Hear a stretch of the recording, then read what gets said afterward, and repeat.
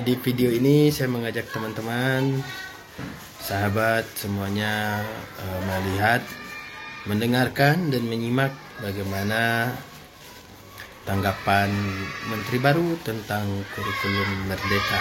Apa yang harus dievaluasi, apa yang harus diperbaiki. Yuk kita nonton bersama-sama. Mindset masyarakat ini harus dirubah. Mereka harus menjadi entrepreneur gitu. Nah, untuk menjadi entrepreneur itu kan tidak harus mereka itu misalnya harus masuk dunia kerja, mengisi pos-pos pekerjaan ini, tetapi dia justru creating a job dan kemudian mengembangkan imajinasi dan kreativitas bagaimana mereka bisa bekerja. Nah, sekarang sebenarnya trennya sudah dimulai. Pilihan Merdeka Belajar itu bisa jadi pilihan yang tepat, tetapi infrastrukturnya tidak siap, guru-gurunya tidak siap.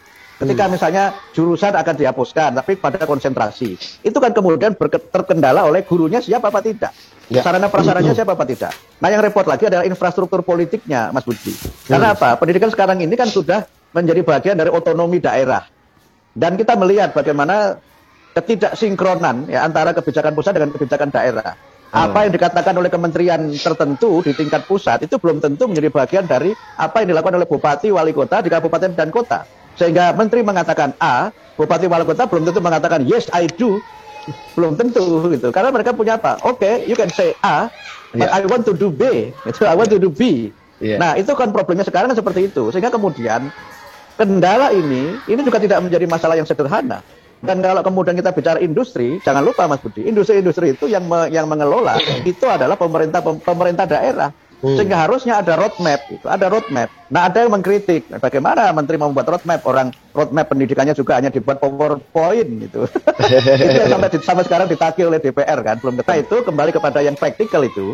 Menurut saya Merdeka Belajar ini memang harus dibangun dulu konstruksi filosofisnya. Liberasi itu memang jangan sampai mengarah kepada liberalisasi. Dan itu harus sudah sama satu visi secara nasional di tingkat guru dan para pengambil kebijakan pendidikan. Karena ujung-ujungnya kan yang menjadi pelaksana itu adalah para guru dan pengambil kebijakan. Dan pengambil kebijakan itu tidak hanya para pejabat di Kementerian Ristek Dikti ya, Mendikbud Ristek Dikti, tapi juga para kepala dinas dan juga para penyelenggara pendidikan, termasuk misalnya masyarakat yang menyelenggarakan pendidikan. Ini harus sama dulu visinya nih, arahnya kemana ini. Jangan sampai kemudian masyarakat ini hanya melihat ya sudah ini perubahan, jalani saja, just do it gitu. Toh nanti juga pada waktunya juga berubah lagi dengan slogan misalnya kalau di kampus itu MBKM ya gitu kan. Hanya Merdeka Belajar Kampus Merdeka. Itu kan juga kemudian tidak disertai dengan perubahan yang signifikan di dunia perguruan tinggi.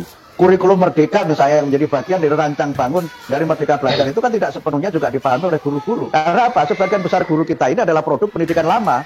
Yang masih berbasis mata pelajaran dengan model pedagogi pelatihan yang lama. Nah, untuk melatih guru dengan kurikulum Merdeka itu kan butuh waktu yang sangat lama karena harus merubah mindset mereka. Kemudian yang kedua juga harus melibatkan jaringan yang sangat kuat sehingga tidak cukup dengan hanya guru penggerak yang kemudian sekarang juga entah bagaimana kabarnya kita nggak tahu gitu. Kemudian yang ketiga itu memang harus ada dukungan kebijakan. Nah, dukungan kebijakan ini kan sangat berkait dengan birokrasi, sistem kepegawaian dan banyak lagi aspek yang ternyata tidak sesederhana yang dibayangkan. Nah, oleh karena itu maka menurut saya Mas Nadiem harus bekerja keras untuk membangun visi yang sama ini, membangun mind dan kemudian membangun mindset. Karena inti dari perubahan itu ada pada perubahan mindset. Banyak sekali teori tentang itu. Kalau kita bicara Al-Quran, mohon maaf ya Allah itu tidak akan merubah nasib suatu bangsa kalau bangsa itu tidak merubah mindset mereka gitu. Begitu. Karena itu yang harus dibangun adalah mindset dulu. Nah, mindset itu kalau mindset itu berubah, perubahan mindset murid itu dimulai dari perubahan mindset guru.